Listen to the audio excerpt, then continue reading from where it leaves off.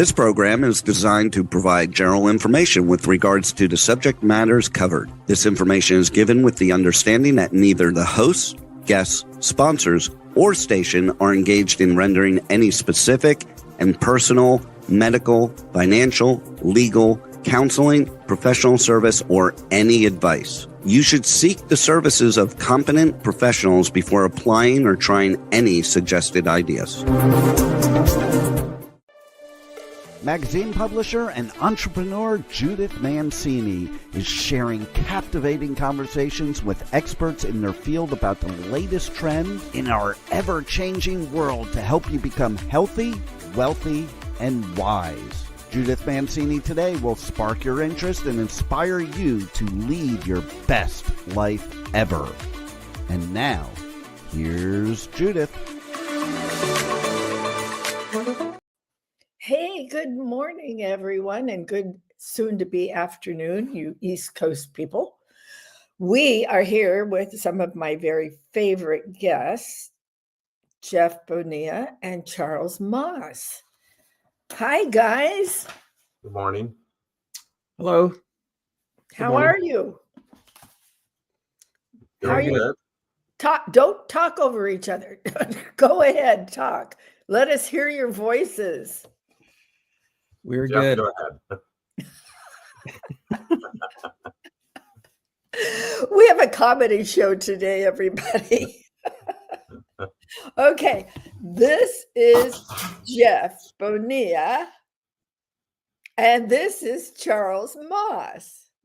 Hello, everyone. They are both extraordinarily talented. We're just missing one person that I'd like to have on also for some of the things that we discuss. Her name is Georgie Donovan, and she is responsible for me joining LifeWave, the patches that you put on that just change your life for the best. So, Georgie, we're missing you, but let's get on with these guys with Terminal Hitman.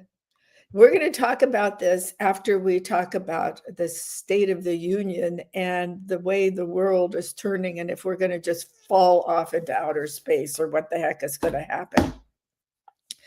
Let's start in with what everybody is talking about right now, and that is the government shutdown.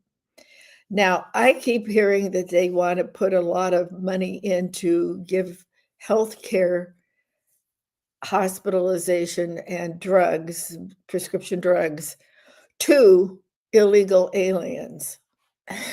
We're not even supposed to say those words, illegal aliens. Well, But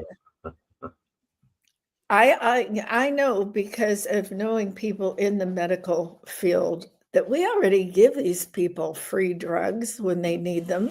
We don't deny them hospital access. And personally, I have seen the women who come across the border from Mexico. Don't get me wrong, I love Mexico. I go frequently. They come by the busload when they are 8.5 months pregnant, and they hang out so that they can go in and have their babies here. There's two reasons. One, they get better maternal and baby care. And two, their children are born on U.S. soil, so they become citizens automatically. So that's one of my objections of saying that we need to give them more free things. I think they need to become citizens. What say you guys? well, the birthright citizenship has been a problem for years, of what they call anchor babies. And like you brought up a good point as so far as women coming over pregnant and then having their child in American hospital. My wife, she was a labor and delivery nurse, so she saw this constantly in the San Francisco Bay Area specifically. And they had so many programs that the nursing staff would be required to provide free diapers, car seats, strollers,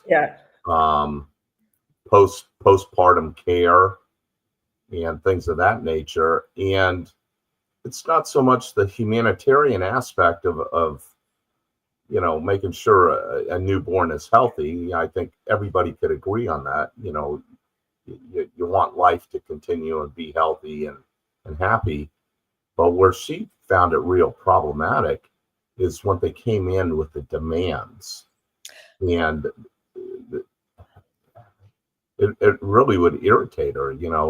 They would be very demanding, condescending to the hospital staff. Not all of them, of course. I don't want to paint a broad brush, but well, no, but I understand what you're saying. My daughter was, for the first part of her nursing career as a registered nurse also, she was in the new baby section. So she was getting the babies that your wife was working on delivering and all. And she once had a woman who said to her, "Oh, this is my fourth child. I come here all the time to have my babies." And yes. this had become a real problem. This was in the Santa Barbara area up there in almost central California.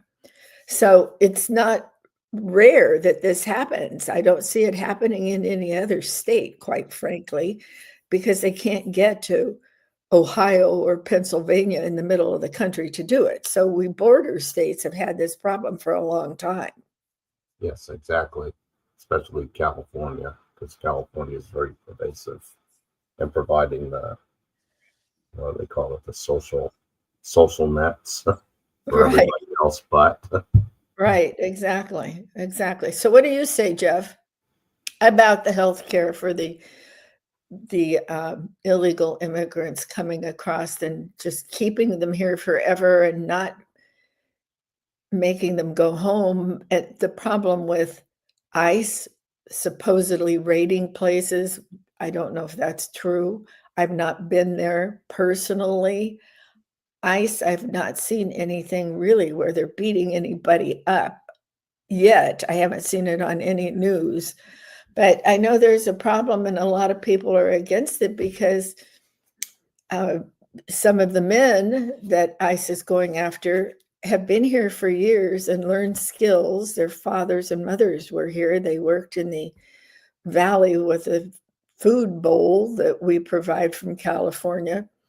And there's others that have worked when I lived in Beverly Hills, they were the people who worked in the car washes and things like that, the restaurants and all. They work all over and they're good, they're skilled, and they will take a less wage than citizens. What do you think about this? I mean, I'm kind of torn, to tell you the truth, because some of them I really like. I like the idea of it. I don't know any personally. Yeah, it is one of those. It's definitely up for debate. I don't know personally because they supposedly are. ICE is supposedly going after criminals, which I'm fine with. Me too. But you hear the other stories, so I don't know how true the other stories. I mean, within my little world, we actually do know, like, as you said, quite a few people that have learned skills and, they're great people. We know them and some come work, with us on whatever it may be, whether it's somebody we know has been here many years and, they're really crafted or become very skilled at, whether it's, carpentry or whatever it may be. Right. Right. And, and they're good people. So that is, you're right. There's a little bit of that sort of fine line. I think it's just if it's when people start taking advantage of a system that's been put in place to help, but then they start, as Charles said, maybe making demands or taking advantage of those situations. But on the other side of it, I had a friend of mine who for a while was out of work down in LA. So she went to one of those bars, like those strip bars or what have you. And, where they would just dance while people listened to music and stuff. And she said a lot of the clientele there were undocumented men, and they would just have tons of money and they would, throw it up and they'd make fun and say things like, you Americans are so stupid, like, in other words, bragging about how they were getting paid under the table, how much money they made. and how, our system is so stupid because they were taking advantage of it. Well, I can see that too. And against all of the cartels sending people in here that are taking advantage of our kids and adults, even with the drugs that they're bringing with them and all, and forcing them to traffic in the drugs. So it's a big question. I'll give you a quick story once. I'm not even sure if I should, but years ago, I had a friend who was he was a defense attorney, and his clients somehow ended up becoming some of the cartel people. And I remember being at his place one time when this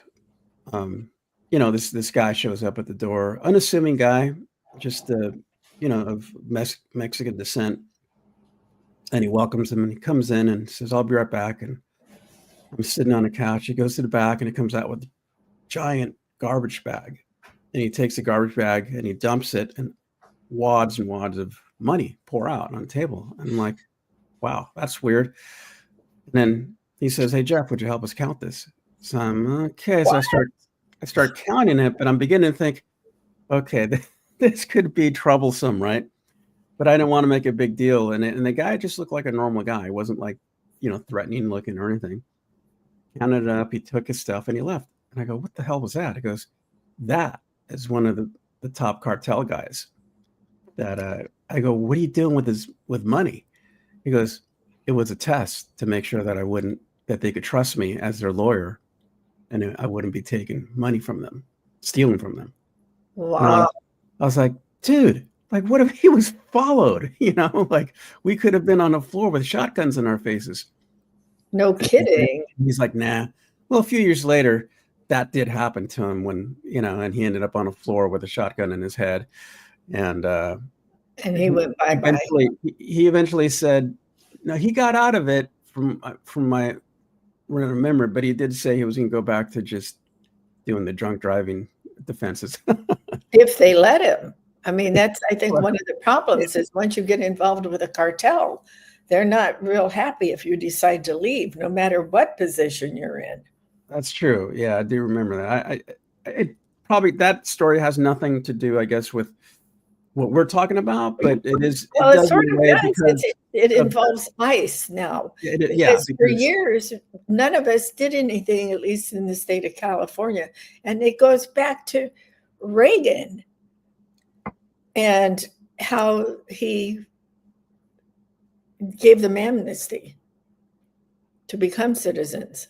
Mm-hmm. And before that, all this went on. And I will admit, I took my housekeeper and I taught her to read in English and all, and I went with her to become a citizen. But that was amnesty. I mean, this was just a way of living for everybody. And contrary to what a lot of people think, we didn't take advantage of the people working here. We paid them a decent wage so that they could make a living and keep their children here and send them to public schools and with the health and all of that. They wanted to be citizens. And one of our problems is, I've heard it takes over 20 years to get your citizenship in today's day and age. Well, what is that all about? You take a pledge to the country, you have to learn about the Constitution and the Bill of Rights, and I don't know, can we? Shouldn't we be taking those people that are our neighbors and are mostly good neighbors? Because plenty of us love to go to Mexico. We love to go to the resorts or meet people down there, rent houses down there. Are we destroying somebody that lives so close to us, and we allow people from the Middle East and China to go to school here and then become citizens? And then we find out they're spies? I can guarantee these people in Mexico are not spying for our scientific secrets. They're trying to make a living and live.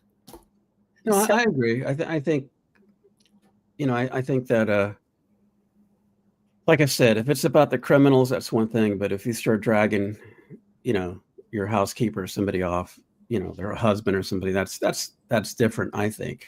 I agree. Yeah. I agree.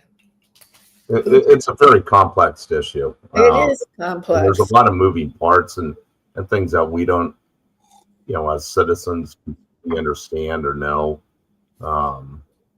because it's a real geopolitical issue. But you always hear that we need to find a pathway to citizenship for people immigrating, and America is a bread bowl, or what do they say that we're built on immigration, obviously. To me, one of the worst things that I think the United States did was to get rid of I'll call it the Ellis Island approach of citizenship. And Ellis Island, I think, was shut down in the mid 1950s, and my grandparents came through I Ellis. don't know. My husband is here. Did you go through Ellis Island? Lewis? Yeah. My husband came over when he was 13, and he's 80 now, and he did go through Ellis Island. Yeah, so I believe Ellis Island shut down like in the mid 1950s. Yeah, I think you're right. Yeah. And and when people, and I could only speak from my grandparents' experience. They're long since deceased, and they came over in the early 1900s.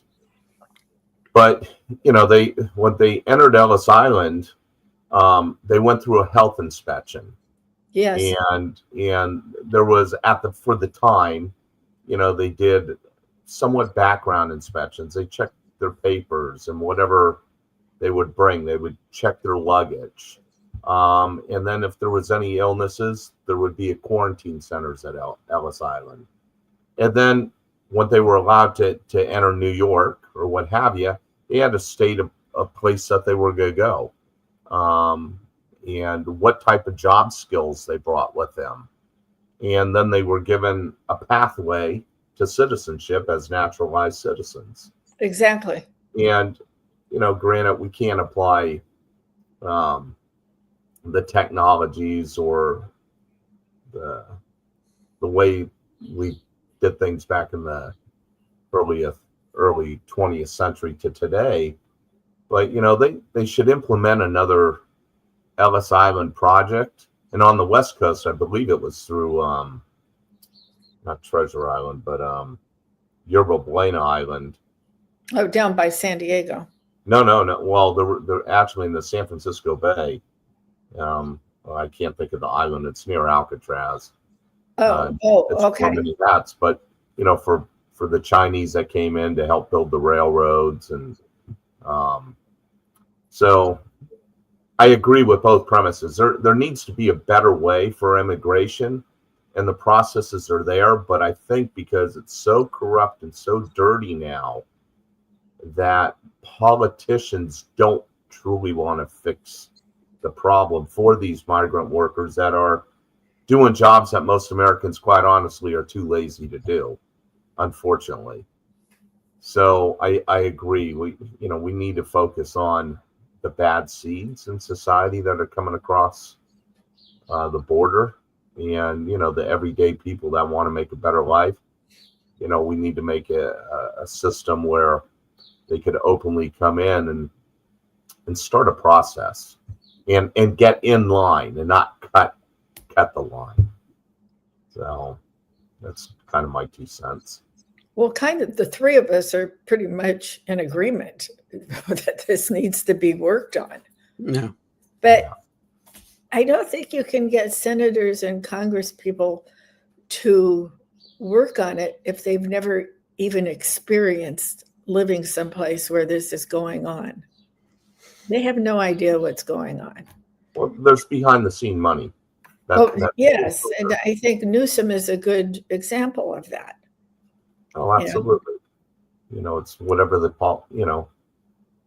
you have projection and gaslighting on both sides. Yes. And I think the left has taken gaslighting and projection to a whole different level from my viewpoint. But that's my viewpoint too. How about you, Jeff? Yeah, it was just last night having a little conversation with the Grok, the AI. And trying to find out if Newsom was the Antichrist. Wow. Yeah. That's a book. That has to be a book. I know. Absolutely. Well, what did Well, you Grok was actually comparing biblical passages, to I presented a few different people, and it was comparing like their political rise compared to beliefs and theologians' beliefs and Bible passages, and it was really interesting because I kept adding people to the stack. And then I said, okay, Grok, if you had to bet on who might be the Antichrist, out of these characters that we're talking about, who's your money on? And he goes, haha, Jeff, I would not bet, but in theory, if I This is could. getting to be crazy. It was pretty funny. So I kind of went through the list of Trump and What'd they say about it? I think I had Trump, Obama, and one of the European leaders, and then I threw in Gavin Newsom. And the reason it did say if I had to bet it would be Trump, only because there's that passage in the Bible about the demon having a near death by a strike to the head, but surviving it. I've So heard like, these things also. yeah, it's really, and then there's all this numerology stuff that goes into it, but it was very interesting. But I don't, I just think it kind of funny. There again, we people that believe in a lot of these different things, we all agree on them. I just want to add this from our studio chat, our great engineer, Juan, who always gets us on screen on time and just helps me so much with everything that I don't understand. He says, depends on your home country. This is talking about immigration and becoming a citizen. Depends on your home country. I've heard Spanish countries can take 20 plus years, while some Asian countries can take as little as 6 months. Depends on that country's backlog of cases being processed. And that's exactly what I'm saying about the ones that they send to college and university and things like that. And they're fast-tracked from the Asian countries. And then we find out they're spies. So, where I live, when we moved out to where I'm in the San Francisco Bay Area in a small town that's close to the airport, 40,000 people. Burlingame? Yeah, and the town next to us is the same. Well, I don't know where you live. I was guessing. Well, it's a good guess. Burlingame. Oh, that is where I live. I used to live up there when I was first married 100,000 years ago. Oh, okay. So you're familiar with the area, but back then it was relatively, completely Caucasian, the demographics, and now it's completely Asian. I mean, there's no more. All the businesses are Chinese owned. Even the signs outside all the stores, like if you go down to Broadway, or they're all Chinese now. That's very true. And that's the same as Glendale and Pasadena down here in Southern California. And Lou, my husband, was turning this company around in Michigan, and we lived in Michigan for a while. There are places in Michigan, in the Detroit area and the surrounding area, no sign is in English. It's all in Arabic or something else. You can't even read them. And it's Muslim law, Sharia law. There's one little township, I'll call it, that has Sharia law, and Sharia law is pretty different from any law that we have. I mean, you can still stone your daughter to death if you think she's been with a man. I mean, it's craziness. Yeah. So I don't know what the solution is, because we're a country that does love immigrants to come in and love our country like we do. So I don't know. I mean, my daughter's thinking of moving to Mexico because it's getting to be so wacky up in the Santa Barbara area, just with crime and different things. And I'm not saying it's the immigrants or anything else. It's just, it's changing. And so many areas have these unique little enclaves of very wealthy people. For instance, the Prince Harry and his wife live up in Montecito in a great big huge place. So our country is really kind of whacked out right now, in my opinion.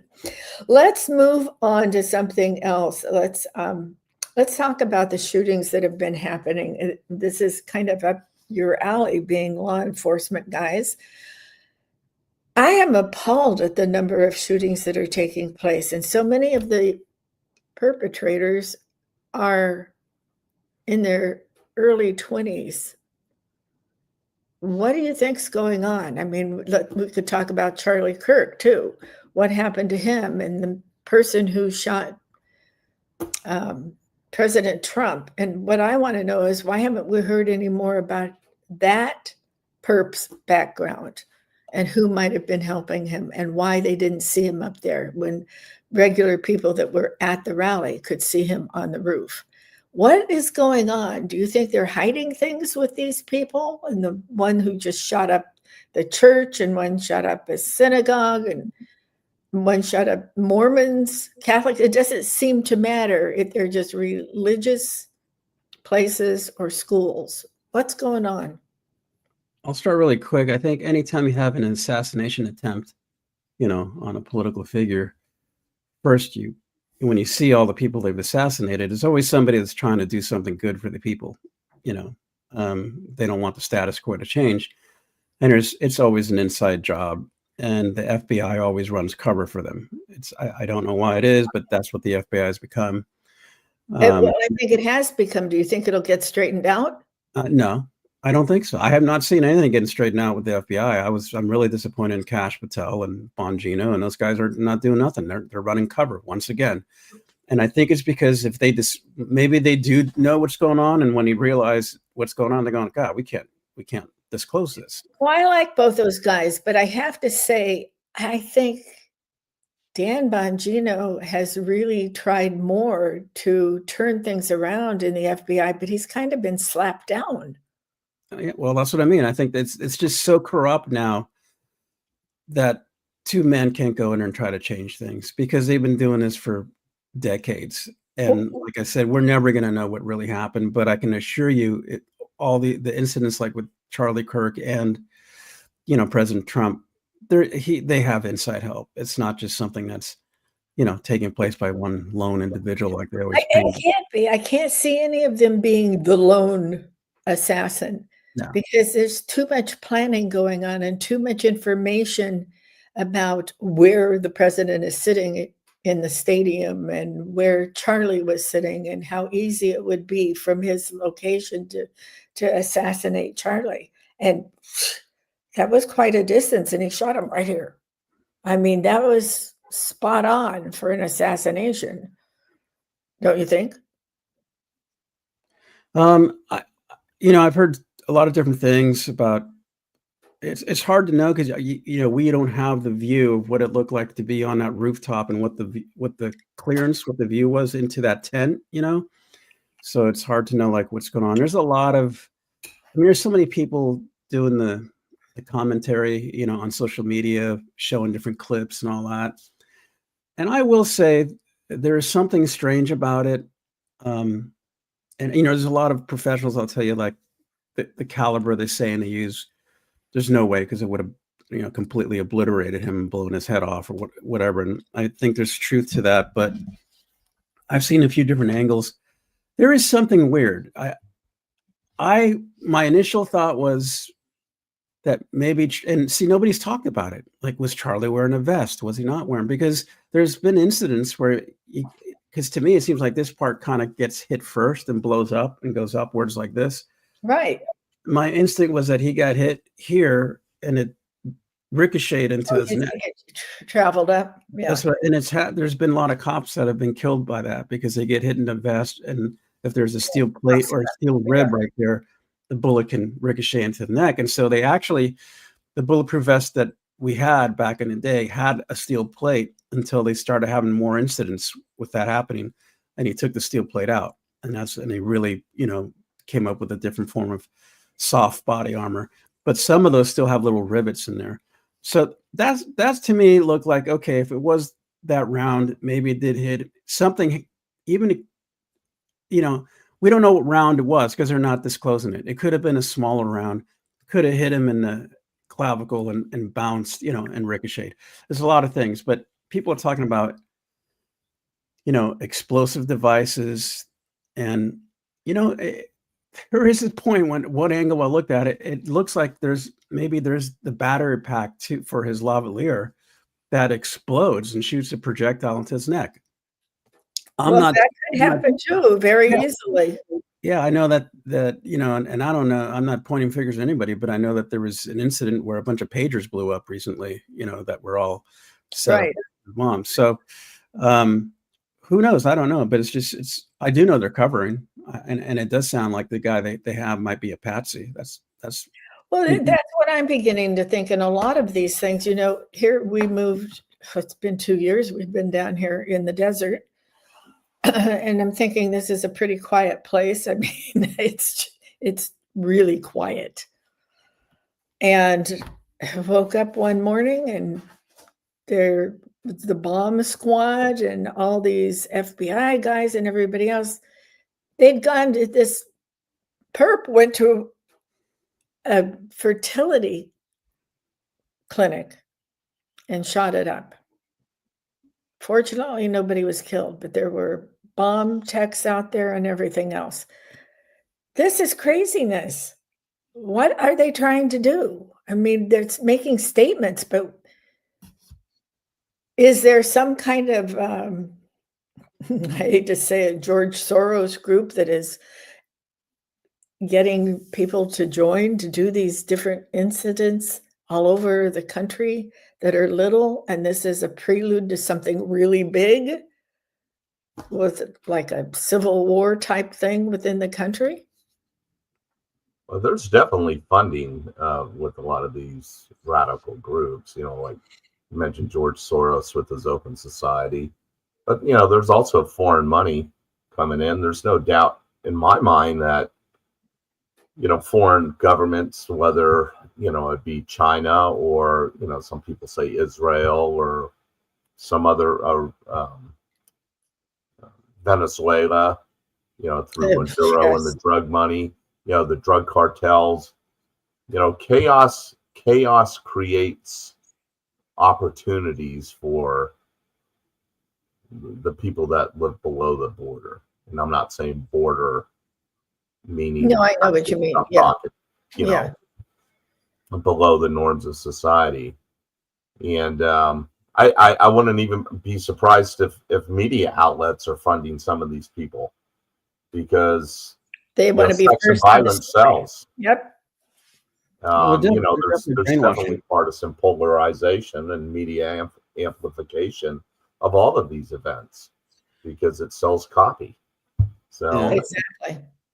People are easily influenced. I mean, you forget, especially when you're young, it's not too difficult to brainwash people, and it does happen. And then, when you got a mainstream media that for, 10 years has been saying this guy's Hitler, or, he's an existential threat to society, some people get brainwashed and may think, well, I'm going to be a hero and, stop this person. I find it interesting still that CNN, hated Trump with a passion. They never covered his events. Yet at Butler, they decided for the first time ever, they're going to cover the rally. Why? Because they knew, they were tipped off. That's why we know it's an inside job. If CNN knew that he was going to be assassinated, they wanted their cameras there so they could repeat. That's right. And is it the same people who didn't prevent the camera crews from getting into Mar-a-Lago when they raided Mar-a-Lago? They knew ahead of time. CNN finally admitted they sent them out there. Yeah, Roger Stone, when he got swatted, got arrested, they knew. His poor wife, who's nearly blind and was going to the bathroom, and they pull her out. It's disgusting. Yeah. Once again, FBI. Well, the media wants the propagation of controversy and conspiracies. Right. They don't have anything else to do. Yeah. It's not exciting enough for them. Well, Charles, I'll let you maybe speak to this, but, given the fact that we're, former law enforcement and we took an oath, we're disgusted with law enforcement. Would you agree on that? A lot, yes. Yeah, in many ways, I'm part of a lot of retiree groups, and this topic does come up in discussion where, well, how do I want to frame this? So I know. traditionally, law enforcement was a big group was recruited through the military. So you have people that have always believed in the Constitution, the true justice, the American way mindset. And it seems today that the Constitution is a little bit of an afterthought. And I use this term with Jeff all the time, that a lot of people go into the profession now with pension over principles. They're looking at, the golden goose egg at the end, the financial stability. And I don't really think they care so much about the oath that they took and the mission statement. And so whatever the political winds of change, you're just going to blindly follow. And in my local police department, I have to admit, I absolutely have an aversion to them because they are heavy-handed boot jacks. And I think that came up in the 60s.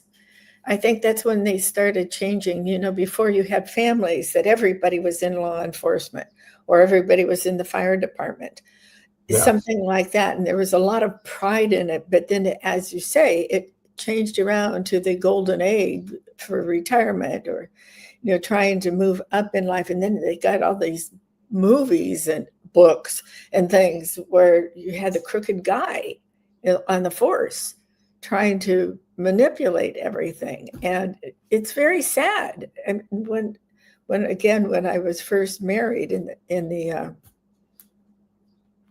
60s, I had to think when my first husband, I got married, 68, 69, we knew a lot of people in law enforcement, not so many in the fire department, but we had a lot of policemen around where we lived. And they were very proud of it, but you could see it as it changed over the years.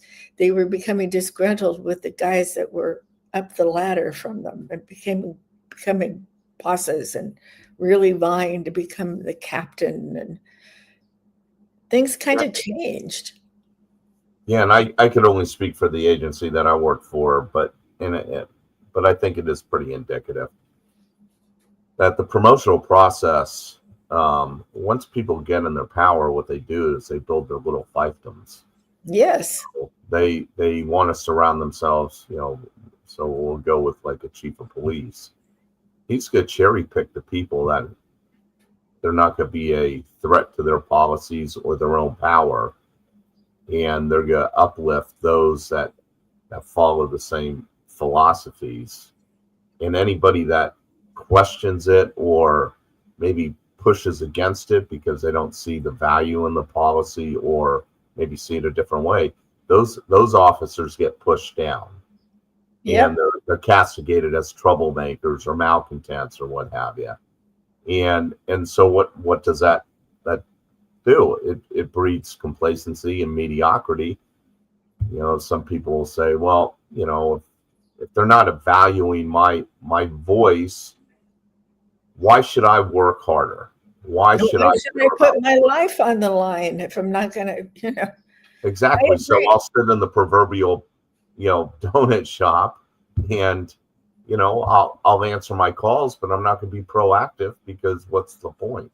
Hey, the media's going to go after me. My administration's going to go after me. The politicians are going to go after me. All I want to do is do the right thing, and I want to go home alive to my family. Well, all those incentives for somebody to actually, I'm kind of lost for a word here, but they're calling, to help society. All those incentives are gone. So it's like, okay, well, in 20 years, I get to retire and I'm going to get a nice pension. So I'm just going to hide while I can. and that's a shame. I don't know if you two know this, but I was a reserve deputy sheriff in Orange County I remember that. Yeah. when I was young. I already told you the story. I didn't like having to go kind of spy on my fellow officers, and I quit because it wasn't doing what I wanted it to do. I wanted it to be one of the good guys, good girls, and it was very different. So I quit. Anyway, that's my law enforcement, but I can shoot a gun still to this day. So don't mess with me. Now, I just want to get to this before we run out of time here, because this is an amazing book. And why I want you all to read it is because we often talk about the pharmaceutical companies, big pharma, medical things. We're all into health, good health. This is an amazing book that addresses all of this. And it's turn it fast. You want to know what else is happening. Where do you guys come up with some of these ways to deal with these horrible characters that are poisoning us in the pharmaceutical companies and all? Where do you come up with these ideas? We're twisted. Yeah, we're pretty twisted. Yeah. Okay, so you guys are twisted, but tell the people that this is number one on the different sections of it. Talk about your book for a little bit.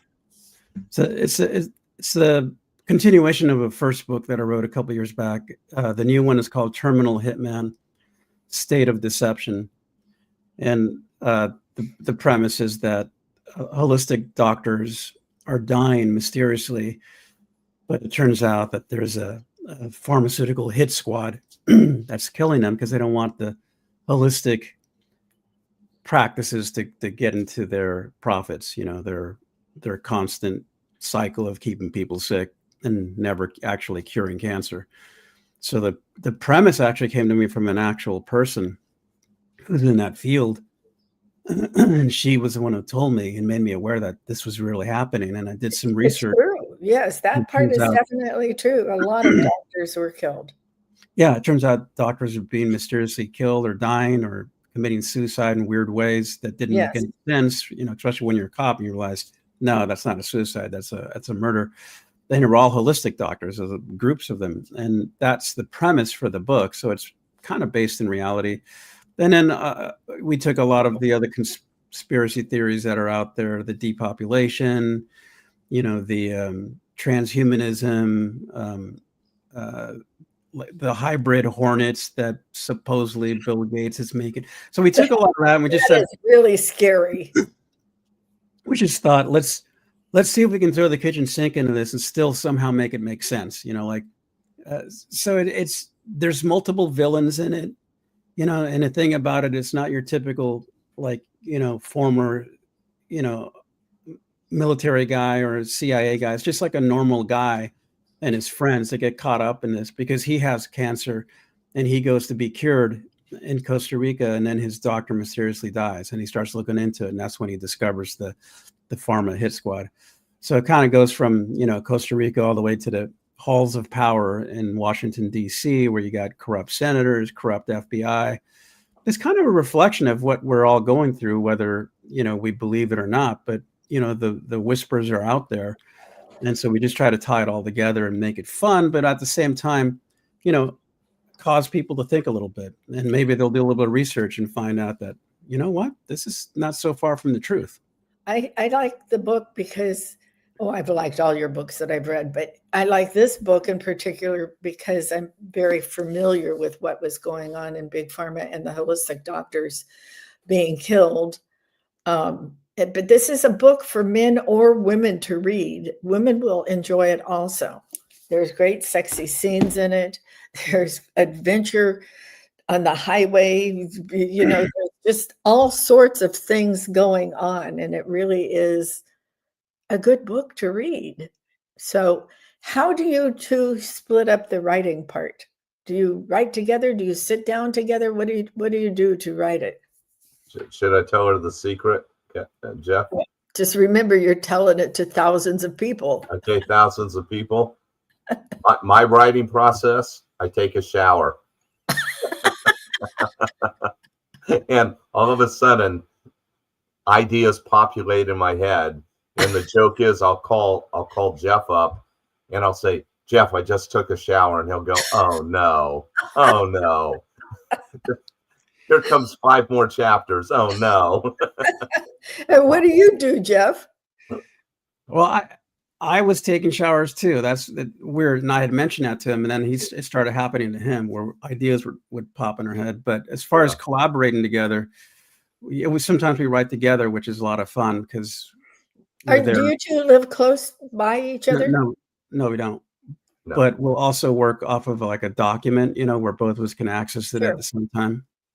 But yeah, a lot of it's just he may write like a couple of chapters and then I'm, send them over to me and vice versa. So the thing is, we've known each other about, I don't know, 50 years, a long time.